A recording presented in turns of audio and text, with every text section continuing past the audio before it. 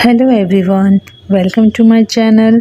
इस वीडियो में आप जानेंगे कि पारिवारिक आय किसे कहते हैं, इसकी परिभाषा और प्रकार व स्रोत क्या है।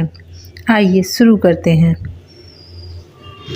साधारण शब्दों में पारिवारिक आय एक परिवार की आय को कहते हैं।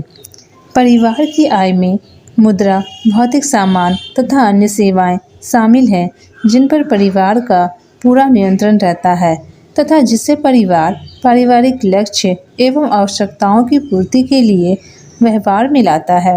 वर्तमान अर्थव्यवस्था में विनिमय का माध्यम मुद्रा है, अर्थात रुपया है। परिवार की आवश्यकताओं की पूर्ति के लिए आर्थिक क्रियाओं को करना पड़ता है ताकि मुद्रा अर्जित की जा सके, क्योंकि बिना मुद्रा के आवश्यकताओं की पूर्ति करना एकदम असंभव है।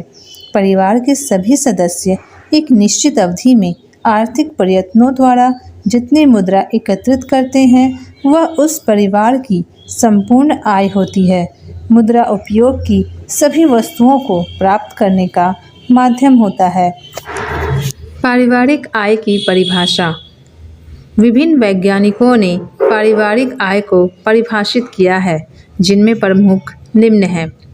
निकेल एवं डार्सी के अनुसार पारिवारिक आय रुपया, वस्तुओं, सेवाओं तथा संतुष्टियों की वह धारा है जो परिवार के नियंत्रण में रहती है तथा जिसका उपयोग परिवार द्वारा आवश्यकताओं एवं इच्छाओं की पूर्ति करने तथा दायित्वों को निभाने के लिए किया जाता है। वर्गीज, ओगेल एवं श्रीनिवासन के मत अनुसार किसी दिए हुए समय में परिवार के सदस्यों द्वारा अर्जित रुपया, पैसा या क्रय शक्ति तथा उस अवधि में परिवार द्वारा प्राप्त या निर्मित वस्तुएं एवं सेवाएं, वस्तुएं जैसे किचन गार्डन में उपजाई गई सब्जियां, सेवाएं जैसे बच्चों को पढ़ाना, गृह कार्य करना आदि के रूप में पारिवारिक आय को परिभाषित किया जा सकता है। पारिवारिक आय के स्रोत एवं प्रकार। पारिवारिक आय को 3 प्रमुख भागों में विभाजित किया जा सकता है।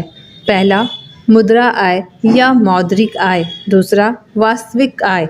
तीसरा, मानसिक आय। मौद्रिक आय परिवार को मुद्रा के रूप में जो आमदनी एक निश्चित समय में प्राप्त होती है उसे मौद्रिक आय कहते हैं। नौकरी, व्यापार तथा अन्य उद्योग धंधे या पेशे से प्राप्त राशि जिससे परिवार के लिए कुछ खरीद सकते हैं, जिसे बैंक में जमा कर सकते हैं, वह मौद्रिक आय के अंतर्गत आता है। यह परिवार में वेतन, मजदूरी, व्यापार का लाभ, जमीन मकान का किराया, ब्याज, दुर्घटना बीमा से प्राप्त आय के रूप में प्राप्त होती है।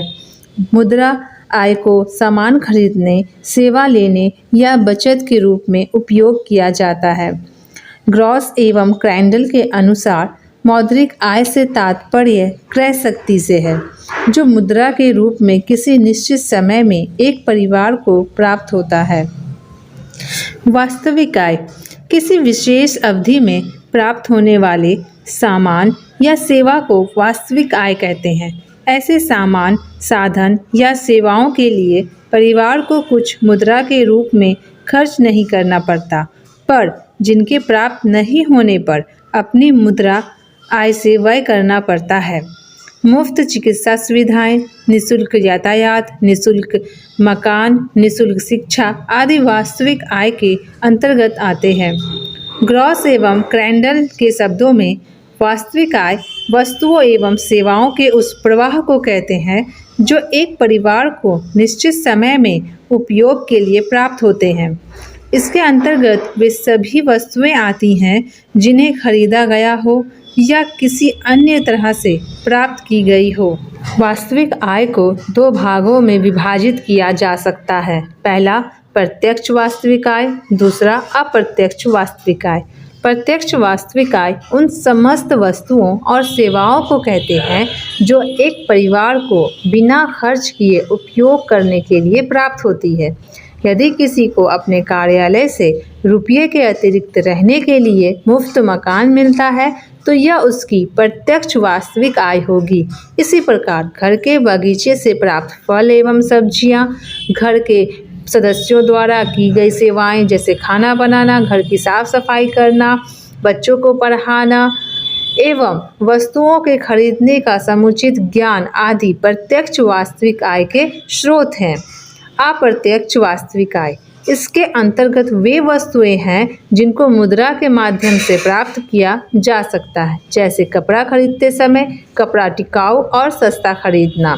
यदि कपड़ा सस्ते में टिकाऊ खरीदा जाता है और उससे अधिक समय तक सेवाएं ली जाती है तो हमारे मौद्रिक आय की बचत होती है, जो कि अप्रत्यक्ष रूप से हमारा वास्तविक आय हो जाता है। वस्तुओं का चुनाव, आय व्यय के उचित नियोजन एवं क्रय संबंधी कुशलता वास्तविक आय में वृद्धि करती है। मानसिक आय, वस्तुओं के उपयोग से मानसिक संतोष प्राप्त होता है। संतोष को ही मानसिक आय कहते हैं। ग्रॉस एवं क्रैंडल के शब्दों में मानसिक आय से तात्पर्य एक निश्चित समय में एक परिवार को मौद्रिक और वास्तविक आय के उपभोग से प्राप्त संतोष से है। इस प्रकार मौद्रिक और वास्तविक आय के उपयोग से व्यक्ति को जो संतुष्टि एवं खुशी प्राप्त होती है उसे ही मानसिक आय कहते हैं। मानसिक आय की प्रकृति व्यक्तिगत होती है, जो व्यक्ति की रुचि तथा मूल्यों पर निर्भर करती है। निष्कर्ष, इस प्रकार हम देखते हैं कि पारिवारिक आय एक परिवार के सदस्यों द्वारा विभिन्न स्रोतों से अर्जित की गई मुद्रा, वस्तुओं और सेवाओं का योग होता है।